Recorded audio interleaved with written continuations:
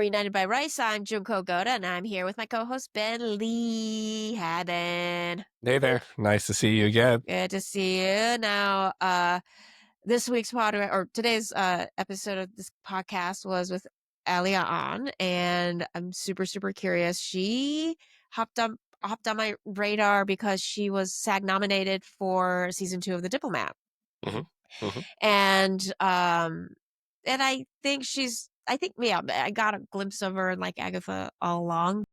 Like, yeah, she really shines in The Diplomat in so much that I didn't watch season 1 when I got the screener for the awards in season 2. I was like, oh, the show itself is really good, but Ali really stands out. So then I went back and watched season 1, which rarely happens. I think to actually for me to want to go backtrack and be like, I got to watch more of this, is pretty rare for me. So I definitely recommend The Diplomat. Yeah. Yeah. So wait, sorry, you watched season 2 before season 1. Yeah. But thankfully, like season 1 and season 2 are kind of standalones as far as what's going on in the story. I suppose so, right? Yeah. You know, what Carrie Wilson's, I forget, Right. Carrie Russell, I forget all Russell, the yeah. characters' names. Yeah. Her husband, there was a little bit of a cliffhanger from season 1 to Season 2, 1, but yeah. you're right. They're disconnected Yeah. for the most part. For the most part, Yeah. yeah, because as SAG voters, like we didn't really have much choice. They only gave us access to season 2, so Mm. and that was it. Oh So yeah, that's right. We've talked about the limitations of your streaming subscription, so you couldn't go back and watch season 1. well, yeah. So yeah, at the time, yes. So anyone who's just tuning in, I have recently stopped paying for my Netflix. I will just turn it on as needed. But yeah, that's the part of being in my union. I get screeners, so yeah, they just gave us the season 2 screener.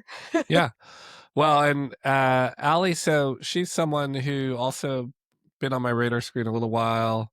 I was a big fan of Agatha all along, actually, and I talked to her about this during the interview. D23, which is like Disney's big version of a Comic-Con, last summer, fall, whenever they have it, whatever before the show aired, and before you knew much about the show, the cast came on and sang The Witch's Road, which is a Yeah. song that is uniquely written by the same writers that have written a lot of Disney's famous recent songs like Let It Go, etc. And it's a lovely melody, but it was actually shocking to see the actresses come out and sing it because, number one, you didn't know if any of them could sing. Yeah. And I learned later on that during the show, they perform it multiple times in multiple different styles, 70s style, 80s style, like a witch, kind of like a chant, I think is the first way you hear it.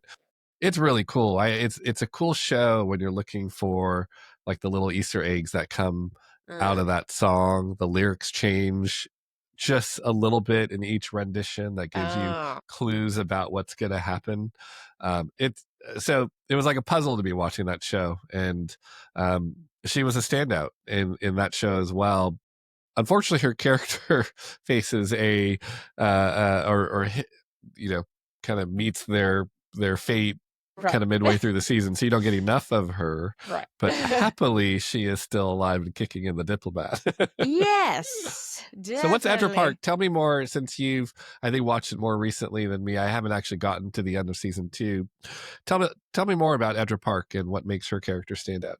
Yeah, most of the time, she has the job of being, part of the diplomat team and keeping things together. So you kind of have that nice West Wing, almost a West Wing pace. Not the walk and talks, but just, the information you're clearly dealing with very capable people, thoughtful people who are trying to make, the best decisions. And, it's of course, it's the diplomat. So there's going to be international politics, of course. But what's really interesting is her character's relationship with her, I should say scene partner, I suppose, is Ato Isando, who I first saw on, I think, like Chicago Med. And so I'm like, I don't want to give it away too much. but maybe I it's not think, that obvious. okay, well, we It's will kind just of an say obvious. spoiler Yeah, alert, spoiler right? If you're alert. giving anything away, yeah. Yeah, one of those things. Spoiler alert. If you don't want to know what's happening, season 2 of The Diplomat, please skip ahead maybe 30 seconds to a minute. So so the hilarious thing is that, so yeah, her character and Ato Santo's character are actually dating. It's an office romance, and they think they've been hiding it really well. This is addressed in like the first 2 episodes. It's kind of a joke right away. And it's really cute. Yeah, they have great chemistry, especially when you have like 2 very smart people who are lovers. It's really fun because they think they're keeping away from their coworkers, but meanwhile, everyone in the office is like, "We already know. Like, we already know you've been dating for months." Yeah. And they think they're being sneaky. So, and that kind of vulnerability cuteness, is just really fun to watch because you kind of expect everything else. To these very high functioning people are going to do their job. You're kind of, they're going to do a good job, but like they're fumbling, with the relationship aspect is really, I think, makes them more human instead of these super brain powered diplomats. Yeah. You know, she talked a lot about, as her character was first introduced to her, making sure that it wasn't the Asian stereotype of just kind of the grumpy Asian woman, right? And that she wanted to make sure there was more substance to that character. So have you seen that in how her character has evolved? Yeah. Let's see. Yeah, I mean, out of everyone, I really got invested in her like storyline and what she experiences. Because it wasn't really that. I think it's because she did a really good job of making the audience understand why like maybe she is bitchy, maybe she is angry, but there's a really solid reason to it, and we all understand what she's fighting for, so it doesn't come off that way. And or else as an audience member, we're like, of course I'm going to back you up. Like, you should be angry. You should be able to get that. Um, and your ideas should be recognized, or things like that. So, yeah, I think those are, yeah, I definitely did not see a one-dimensional character. And as I mentioned before, the other layer of just juggling a secret office romance thing was, I'm Hmm. sure she had a lot of fun with that. Yeah. One of the things I like about her, well, I don't know if like's even the right terminology, but I thought was fun when I interviewed her was, sometimes when people come on, you're not sure what you're going to see. Are they going to be all done up?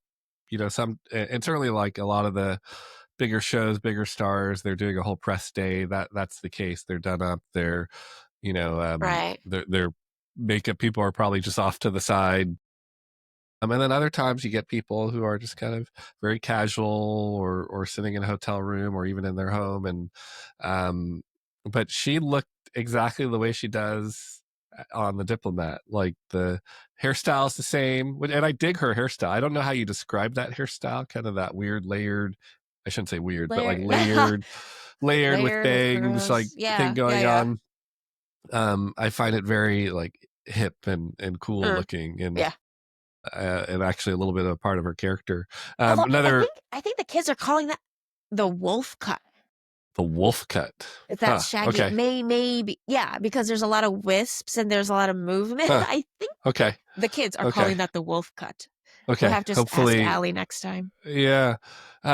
Trivia for you. Yeah. Yeah. You know who her husband is? Or at least I No. think her husband, or at least her partner for many, many years. Did you No. watch The Good Place? Not that much. Okay. No. Well, the actor William Harper Jackson, who played Chidi, Ooh. William Jackson Harper. What did I say? William. I think I said it the other way. William Jackson Yeah. Harper, William who Jackson. plays Chidi, who was like the main character Ugh. side by side with Kristen Bell, is a longtime partner of hers too. So Oh, yeah. okay. Other things about Allie, she's stage trained, been in theater a little bit herself, but not necessarily as a singer. So I actually interviewed the showrunner for Agatha all along, and the songwriters. At one point, back probably when the show came out, so Yeah, a yeah, while yeah. ago, and I asked them all, like, who surprised you the most on their vocal abilities and capabilities, and they all said Allie. They said she just has like a natural Ah, resonance to her voice, and they didn't have to do anything to tune her melody at all. nice. It's sometimes fun, I think, to discover facts like that, and again, just more of the talents that she has. Uh, Yeah, yeah, yeah. you in general, so we could talk, I guess, in both directions. We could talk about spy shows, we could talk about Marvel shows, but Yeah. let's talk about spy shows, because Okay. Marvel will probably come up a lot in the future. Yeah. Marvel's Do Marvel. you did so you like The Diplomat? Did you watch any? There's a little bit of a renaissance of spy shows. I feel like you've got Slow Right. Horses, you've Yeah. got The Diplomat, obviously, which I know is. I think you would call it a spy show. Yeah. Killing There was Eve was a Killing Eve, The I think Day of the almost yeah. Jackal, recently with Eddie Yeah, yeah. Redmayne. Saw that one. Yeah, yeah, yeah. There was that one with Michael Fassbender. Oh. What was that one called? Um, Oh, Doing I don't very know. Michael Fassbender things in it recently. I don't know if But I know that one. there's a lot of, like, actually all quality shows. There was Black Doves with Keira Knightley Yeah. on Netflix. You probably didn't see it because it was Yeah. Netflix. No, I did see it. I did see it. Oh, because Okay. I that was nominated. Also, Lioness Yes. Yes. Yes. was Zoe Saldana. Yeah. So I guess And it yeah. just means that people like these type of shows. Are you a fan of the genre?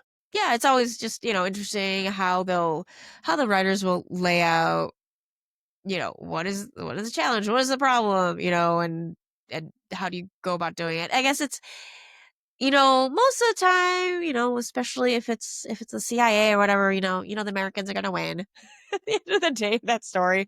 So you're like, okay, we know we're gonna win, but it's the how part that's the interesting part that I think showrunners and just the writers are really have to be on top of every time. So, like Slow Horse is really interesting because they're supposed to be like the fringe edge. Outcasts. Yeah. Yeah. Yeah. And you don't really see that often. Lioness was all female driven. Um, and even Day of the Jackal. It was interesting cat and mouse because it's the female detective person and Eddie Redmayne's the killer. So that was an interesting just I guess gender gender reversal from what we would traditionally see. So yeah, I think there's always I, think the spy genre is so vast that It's you can fun. It makes yeah. you think about, or I think it stretches. I guess when I watch spy shows, I'm always like, boy, I hope this is based on something real. Like, I hope they have consultants on the show that are telling them this is the stuff they did. Because then it's like, that is really cool. I can't believe, like, they have this gadget, or this is how you follow someone, or all these Yeah, type of yeah. things. Or it's the gentleman. So they're not quite it's espionage. But They're yes, trying to yeah, take down it's a historical thing, but to your point, it is based on history about how this like it's like the first shapes of a future was it MI6? Is that MI6. Yep, yeah, I was like, is that yep. MI5 or MI6? I think there is an Yeah. MI5 too, but I think MI6 is the cool one, right? I Yeah, don't but know, the I'm the James Bond one. just confusing all the Mission Impossible Yeah, titles. Yeah, yeah, anyway. But yeah, like yeah, the Henry the gentleman was, also just like a historical espionage spy-ish. There's some of that yeah, involved for yeah. sure. Did you ever Yeah. think you could have been a spy? I actually, after watching The Gentleman, or actually a lot of period spy movies, I think when there's a woman in it, historically it seems like they recruited from the theater world back then. They would Mm, recruit female spies for the theater world, train them up. Um, but actually, in The Gentleman, there is a female spy. She is an actual historical figure, and yeah, she got recruited, and after her service and after the war ended, she went back to acting. I'm like, that's cool. is that so? This is gonna come across terribly, but it was the Uh, era. Were yeah. they were they recruiting from the theater world because they were looking for people that could seduce and Part yeah, like, yeah, yeah, that was yeah, yeah, definitely part of yeah, yeah. yeah. For the gentleman, they were targeting some high-level SS Hmm. officers who were known to have, like, a certain taste, but also, like, a certain taste for violence, I guess, I don't know. Hmm. I don't know, these days when you're portraying SS soldiers and Nazis, it's pretty much like, have at it be as creatively, like, disgusting as you want, like, Sure. yeah. Yeah. Okay. So Yeah, yeah, well, I so mean, you think you could have done it because of your acting skills, is what you're saying? yeah, I think so. I'd probably, do well under pressure, and like even in like emergency situations and stuff like that, I tend to do well. So I don't know. Hmm. Who Hmm. knows? I mean, the older I get, I feel like I can handle more. But yeah. How about you when it comes to the spy genre?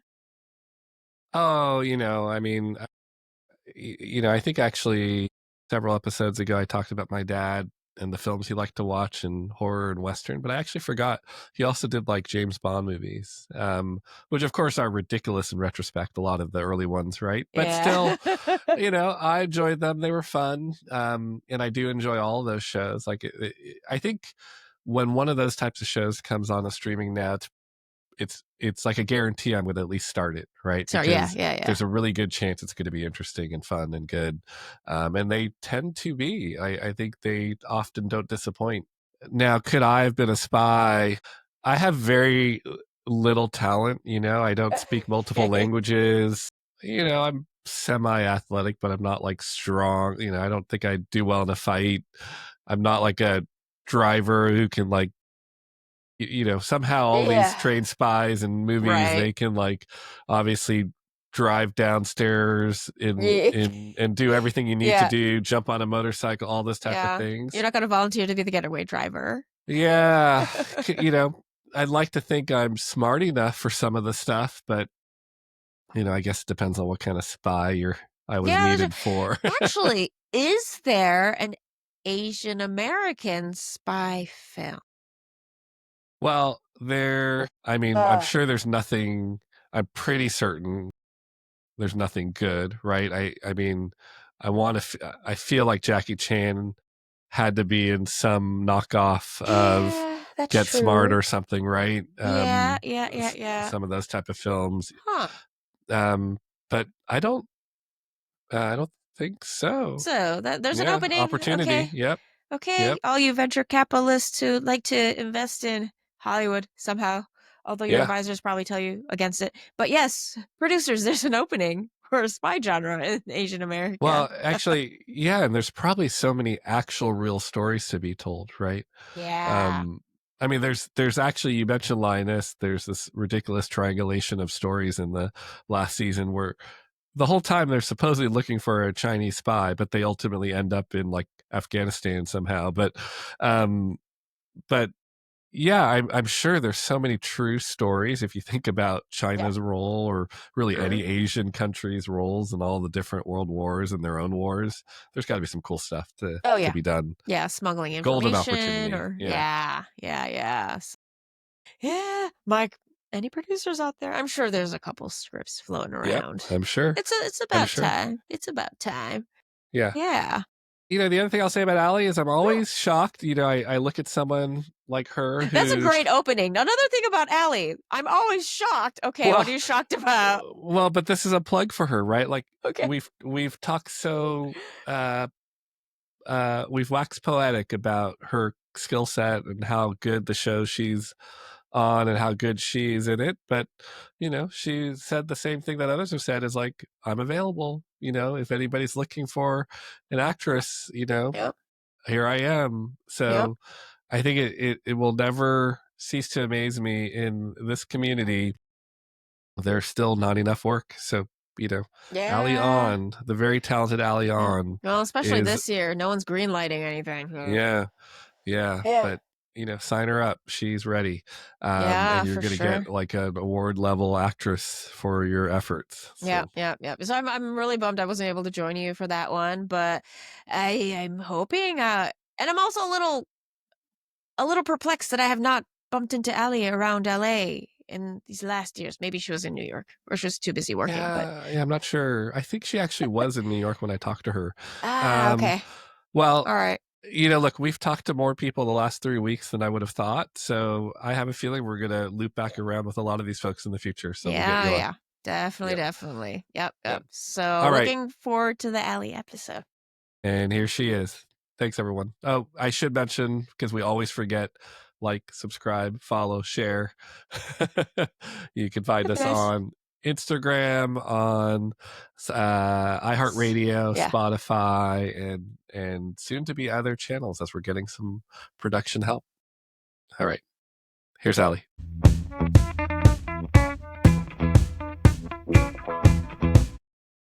All right. Well, I'm here with Alion, who has done tremendous work in the last few years, and most notably, I think people are seeing you a ton on The Diplomat season 1 and season 2, and of course Agatha all along. But welcome to United by Rice. It's nice to meet you. Thank you. Nice to meet you too. So, I two very different shows. Well, and actually, even before we talk about the shows, two, really kind of an Alion moment right now, and I'd love to just hear So you nice. talk about this point in your career and how you got here, and is it aligned with where you thought you would be at this point in your career? I mean, no, in that I sort of I had really given up any hope of having any kind of like commercial or mainstream like hits like that, you know? I think I mean I've been working for a long time and I just sort of put my head down and do the work and Um, it's like I don't really follow trends. I just kind of like do my thing and when you sort of especially I think being like an actor of color, if you put too much I mean, I think any actor, honestly, if you put too much weight on what other people want you to do, it can be pretty discouraging. So um I think the thing that's really so beautiful about this last year and what I feel so grateful for is that I've been able to do work that I am proud of, that I feel like is nuanced, and honestly, that opportunity presented itself in the writing, you know? So, I mean, you can't do it if they don't write it. So yeah, it feels, um, awesome. Like, I being able to do these 2 different shows, which one is so intellectual and the other is so much more like visceral and emotional in the same year was so great for me. Like it was such a creative stretch and the styles were so different. And so I didn't get tired or burned out. I was just pumped. Well, and you talked about, maybe not thinking this moment would happen, or even moments of doubt or giving up.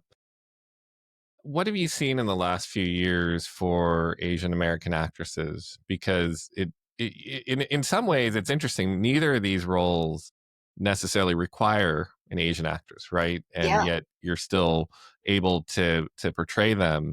But certainly, Crazy Rich Asians, that era a few years ago, has ignited some additional representation, but there's still a long way to go. But are you seeing that? Do you think this is a result of that movement, or I just mean, I'd like to think so, you know. I feel like there's so much work people have been doing for many, many years, and obviously Crazy Rich Asians felt like something shifted and in the kind of popular culture zeitgeist, which was so exciting. But I think that for me, I've always known that the breadth and the depth of the talent in this community is really extraordinary. It's just about how many chances you get up at bat, and I do think that the thing that's so amazing to watch is to see all the like especially the younger generations like the different kinds of parts that are available and I do still think there's a lot of work to be done like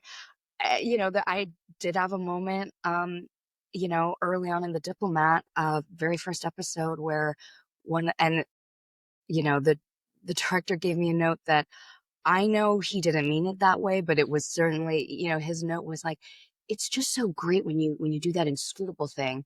And I thought, "Oh, mm, oh man."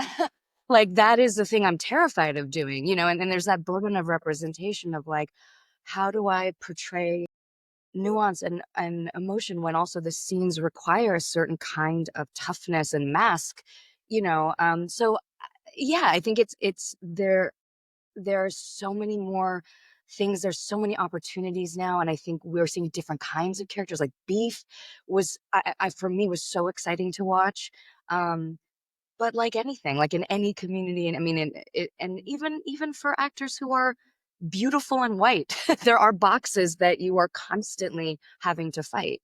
Sure. Yeah, for sure. Well, the show that stood out for me this year, or I guess it's now in the last couple of years, was Agatha All Along. And I remember when you and the Coven walked out on the stage at D23 Oh, you were there? and performed. Yes. And and I think up until that moment, I think I had hopes for the show, but didn't really know what the show could be, would be, obviously deviating from any major characters or at least popular characters in the Marvel universe. I've since talked to like Jack Schaefer and the songwriters, and they both mentioned that the one person that surprised them the most in terms of their vocal talent was you. Oh, And and I'm interested, what type of background, musical theater, singing background do you actually have? wow, that's so nice. I mean, I did musicals in high school. I think that's sort of a stepping stone for a lot of it's our entry into acting. A lot of people, but I always was kind of scared to sing. I think it was like I played piano growing up pretty intensely, and singing was just something because I fell in love with theater. I tried to do, but I never really thought I was very good at it. I was like, I'm okay. Um, but and I did some, and I could dance. So there was a moment when I was studying where I was like, should I do musicals? But I just felt like it wasn't artistic. There weren't a lot of roles I felt like, and I didn't feel like I was that strong of a singer, to be honest. It didn't think like, I didn't feel like it was my gift to the world. Like, I'm not Patty LuPone. Um, but so when and I didn't know there was singing in the show. When I auditioned and I got the part, there was no mention of singing and it didn't have to be that Alice, the character, was good at singing. So I felt some relief in it, but I was pretty scared, but I felt like that was okay. I kind of used it in the moment because the song is really about the story of someone trying to understand her own mother and trying to like break through this intergenerational trauma. Mhm. Um, and I gotta say, Bobby and Kristen were so supportive. I mean, the whole cast was so supportive and they really encouraged me. So it was really like rewarding to kind of heal those sort of high school girl that's like trying to audition for musicals against like girls that have been singing for years and to do it in this way that was about storytelling was really cool. Yeah, and such a clever way of incorporating that song throughout the entire series, right? And so you perform it a few times, and in each of the performances, are is it happening live? Are you filming it live and Yeah. singing live? Yeah, Okay. I mean, the piano playing, I was playing, but they for sound, they mute the keyboard. Mm. So, but I mean, I was a real nerd about it. I practiced so much. I mean, every day I would come, we'd have long hours. Like, I think we shot like, 12, 14-hour days. And I would come home and just at least play through the music because I didn't want to be thinking about it. There's so much you're nervous about when you're filming and the emotional beats. And I didn't want the music to be, I didn't want to be thinking about what's the next chord. And even though I understood they weren't going to take one take of me playing, I just thought it was important for that character to also have music be that song in particular be something so core in her knowledge bank. Mhm. Um, and I wanted to not be reaching for that. So, um, yeah. Yeah, a typical good Asian kid. So, were you trained in classical piano? Yeah, yeah, Yeah. you called it. Yeah, I went to music school on the weekends. I did competitions, all that stuff, and it really like messed me up. I think my relationship to music is complicated because of that, because I learned that it was sort of it was something that I happened to be kind of good at, but I disconnected from the joy of it because it became so stressful. And I was competing with kids who were, a lot of them were homeschooled, and And it just wasn't. I also have like the smallest hands in the world, so it's like my career as a pianist was very short lived. Oh, yeah, that I could see that being Yeah. hard. Um, well, so overall, actually, one more question about the song. Which of the performances or which of the versions was your personal favorite? I mean, I think getting to sing the '70s ballad was the most meaningful for me, just obviously for that character, because yeah, because I could really the lyrics were something handed down to her by her mother, and I think we can all relate to sort of misunderstanding or feeling like a desire to connect to our parent, but there's just so much pain, and I think what's so beautiful about that storyline is that like the source the thing that she's running away from becomes the very thing that shows her how much her mom loved her. And Mhm. I thought that was such a brilliant way for Jack to kind of create this device that's really like the heart of the emotional catharsis for this character. Now, is anyone really dead in that show? Like, and I don't know if we'll ever have another season or Yeah. not. But where do you think your character is now? I mean, I think Alice has to be pretty dead. I think for the stakes of that journey, like I think for the stakes of the show, there has to be real cost and there has to be real sacrifice. So as much as I would love to play around and her, and I, she was just getting started, but that's part of the tragedy of that storyline is it's cut short. So I think that for the dramaturgical justice of the piece, she's got to stay dead. Yeah. Any kind of last comments on the series and your experience on it? It had to be special. All women cast, or mostly women cast, and Yeah. music threaded Yeah. through Disney, Marvel, all of Yeah. that. It was a pretty bonding experience. I mean, I think that, there were a lot of, weird ways in which the shooting of the show paralleled the journey that, the characters were on, just in terms of how physically grueling it was, and just but I think both honestly, both Agatha and The Diplomat, I've been so lucky to, work with female showrunners who are really invested in creating a collaborative and good vibe on set, and so, um, I think that, yeah, I've just been so lucky in that way. Yeah.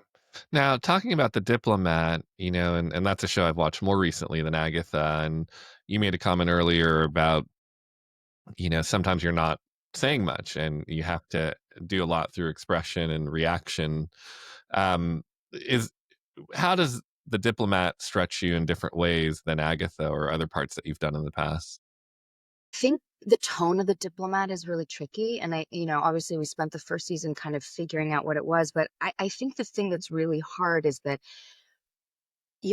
Adra is she's such a fast thinker, and there's so much that she is taking in, assessing, but she is very masked. It's part of what makes her good at her job is that you don't know what she's thinking. So finding that balance of like having everything going on and having the faith that it's coming through in these like little moments, or I'm always looking for any opportunity to express her sort of point of view outside of her work. So whatever it is beyond her being like incredibly capable and good at her job, that would kind of take a you can peek behind the curtain a little bit. Um, but it takes a lot of I'd say discipline and restraint, and yeah, it's hard, a lot of stillness, and I if you show too much, it doesn't work for her, so, but if you don't show enough, then you'll become monotone, so it is a really tricky calibration. Yeah. And for this role, right? It's so interesting. It's a political thriller, all the good, there's a lot of that content now, Yeah. but is there particular references or people in real life that you studied who were as close to Edra as you wanted to compose? Yeah, I mean, she's kind of a compositive, I read, 2 different memoirs of women who, lived, undercover, and that was really helpful just in terms Uh, of the psychology and the amount of dedication it takes to it's really a field that's about service to your country and to a higher purpose in your own personal life. And I found that really moving. But I did, there were, we have a consultant who was a station chief in a couple different places who I spoke with quite a bit. And she referred me to some colleagues of hers. And just listening to what I think I really took away from all of those things was that I do think being a spy is a lot about being a people person, actually, which is not what I thought of when I first read the part, because I think you have to understand people and read people really, really well. And not only that, you use what's in your personal arsenal, like your personality, to make people feel comfortable.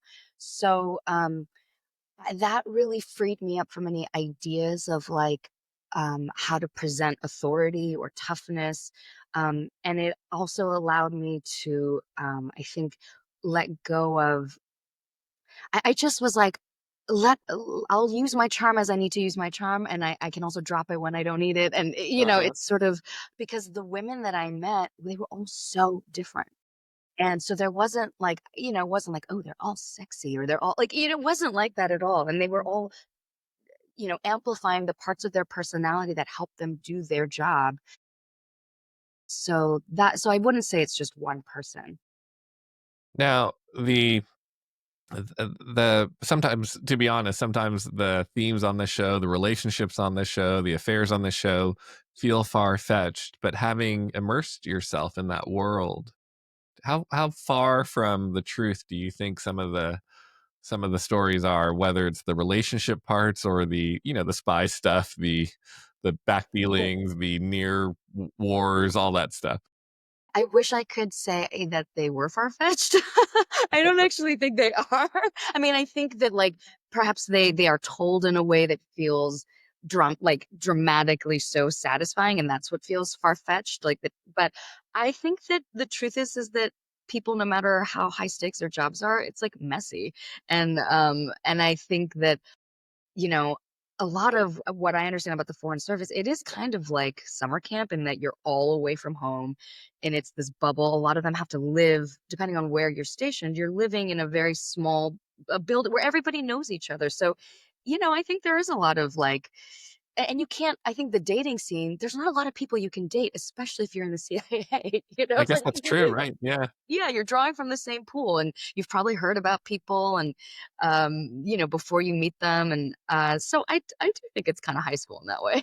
Yeah, that's interesting. I would have never thought of it that way, and probably people are pretty good at concealing things too. They're Yeah, yeah, kind of yeah. trained in it. And I think they all understand what the stakes of the job are.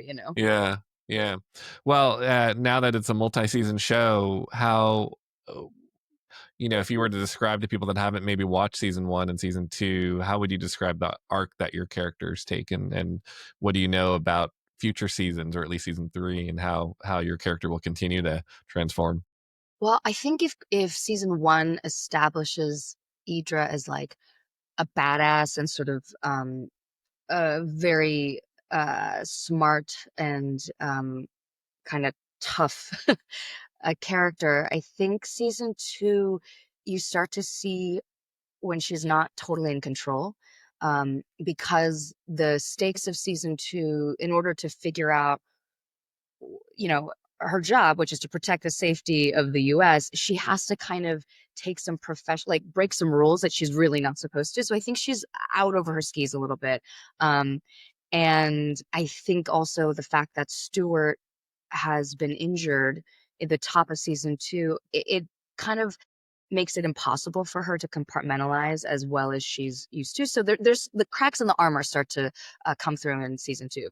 And season three, I'll just tease out that like she's not doing great. Like she's like the way season two ends, Idra professionally is in a lot of trouble. So I think season three is really it was interesting because I had to she was so capable and says suddenly in season 3 she's kind of like handcuffed a little bit, like she doesn't have a lot of agency because of the circumstances. Um yeah, she really has like very little power season 3. Where do you personally lean in some of the, because obviously there's some moral ambiguity at play, but it's always for the greater good, right? And so if you knew that our government was acting in these ways, concealing this, not, doing this, but at the end of the day, it's serving the greater good. Is that okay with you? God, that is such a loaded question in this moment. I mean, I guess I guess the question is who's at the head of the government?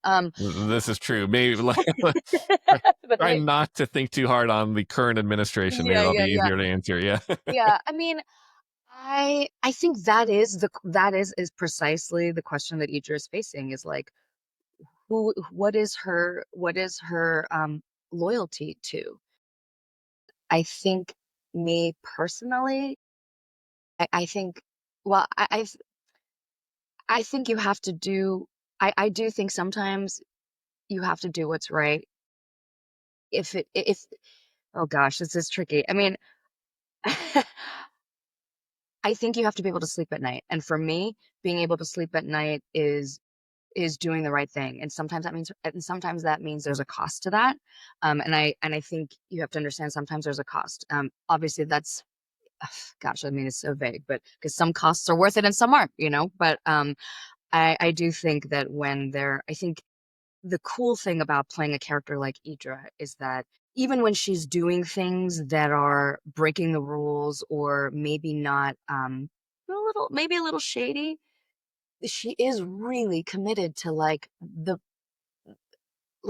America, you know, and I think that she's willing in season 2, you see her basically taking a risk that she knows professionally might end with her losing her job. So I guess what I mean by cost is like a lot of times doing the right thing takes a personal sacrifice. So I'm completely willing to sacrifice something personally in order for the greater good. And I think that that's where I can really identify with her. Um, can you teach me? Because I know so little about it. The kind of what the shooting schedule and season looks like when you're doing a show that's a limited series, 8 to 10 episodes. Are you filming for how many months of the year? And therefore, how available are you for other projects? I mean, if anyone wants to know, I'm very available. But we shot French hours when we were in London. What that meant was it was pretty great in terms of not exhausting us completely. So it was like 10-hour days, 10-hour shooting days. We were pretty much finished by 7 most days. And I mean, you start quite early, like, so I would still be maybe getting into the car around like 5:30. But because it's not as long hours, like Agatha, the hours were very, very long. It does mean that on for 6 or 8 episodes, it's still the first season still took us 6 months. The second season took us a long time, but we had strike in the middle of it, so it's kind of Mhm. hard to say. But um, because we shoot those slightly more humane hours, it does take us a little longer. But um, the second season was only 6 episodes, so I think probably total we spent about 4 months filming that. Okay. Okay. Well, and so let's talk about future jobs and getting you other jobs. How has your Asian American identity shaped the type of projects that you've taken to date, and how much of that influences the type of projects that you'll look at going forward? It's interesting. I mean, I don't really think about it like I think about my Asian Americanness in that there's no way I can be anything other than Asian American in any part that I do. So it's always with me, just like it's always with me to be a woman. But I do think there's a burden of representation in that. I mean, I think one of the things I was scared about when I took the diplomat job was that I have played and have also seen a version of like a really smart woman in the office who's you can't really tell what she's thinking.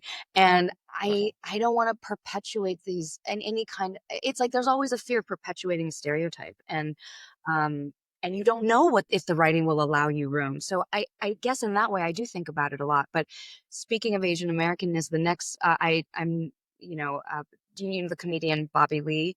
Yeah. Yeah, I mean I'm a huge fan of his, but um I just record he has a actually I don't even know if I can talk about it, but there's a project he's that's in development, that's an animated series. And in that one, that actually is probably the first part where my Korean, like really using my Koreanness as part of the role. But um I don't know. I mean, I feel like I've been lucky in that most of the parts I've played haven't really been defined by by being Asian American, which is, I think, somehow allowed me to play different kinds of things, and I hope it means that that will continue.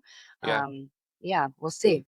Yeah, I was trying to think of the right question to ask about that because you're 100% right. Like some Asian actresses, they have to almost play the trope characters to Yeah, break in, yeah, and you've been able to mostly avoid that. I mean, certainly yeah. being Asian, like you said, is you can't. That's always a part of you. But again, revisiting the two current characters that we're talking about, they could have cast anybody for those roles. Yeah, I've been really lucky in that way, and I don't think that we always have a choice. Like, sometimes you gotta take a check, you know? Sure. But I certainly have turned down parts, or turned down even auditions that I was like, "I just can't." And I think it gets easier as the years go by because in the beginning, you're not in a position to say no a lot of Right. times, and I think honestly, the one job I've had where I was like, "Oh god," I didn't it was a blind audition, and so I didn't know what the sides were until I got in there, and then I got in there and I was like, "Ooh, like, this is an accent," and it's not that I think there's anything wrong with an accent, but I think the accent might be the butt of the joke, which makes me Mhm. uncomfortable, and I was really but I'm, like, in the room, and what can you do? And I remember turning to I had a friend in the room with me, and I just turned to her and I said, "Watch me get this job.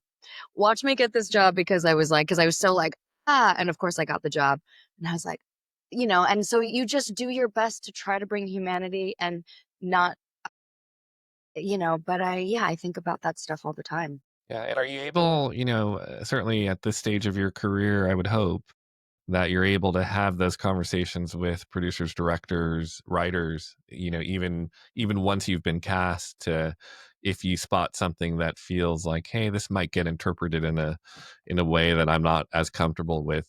Do you find pretty good receptivity to that conversation these days? I think it's much better than, before. I will say that I'm always nervous about what it means as an Asian American woman to speak up because I do think that there's a different that people aren't expecting you to. Hmm. And so I think there's even conversations around hair and makeup.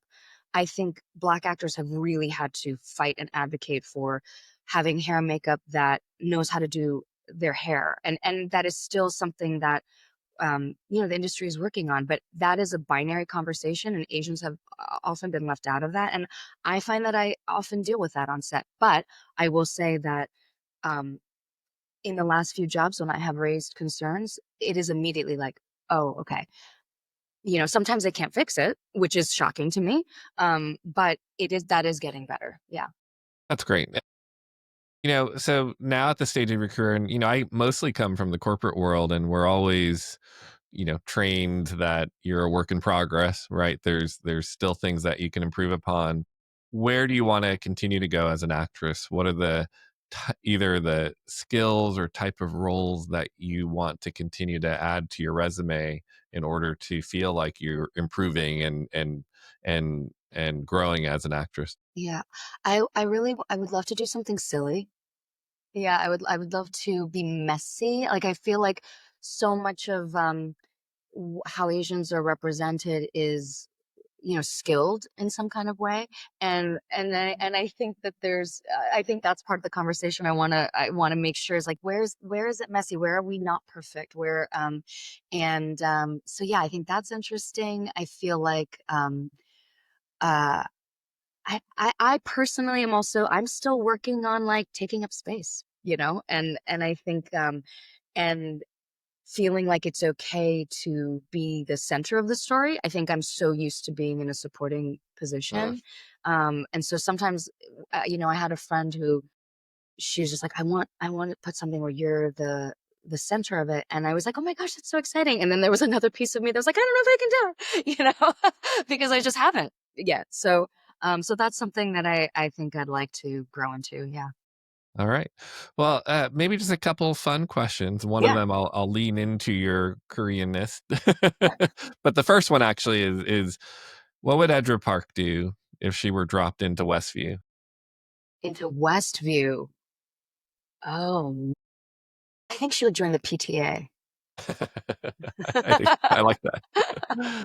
There's something's not going right here for the children. Yeah, that's for sure. Um, and then because we are united by rice, we've asked everyone this question.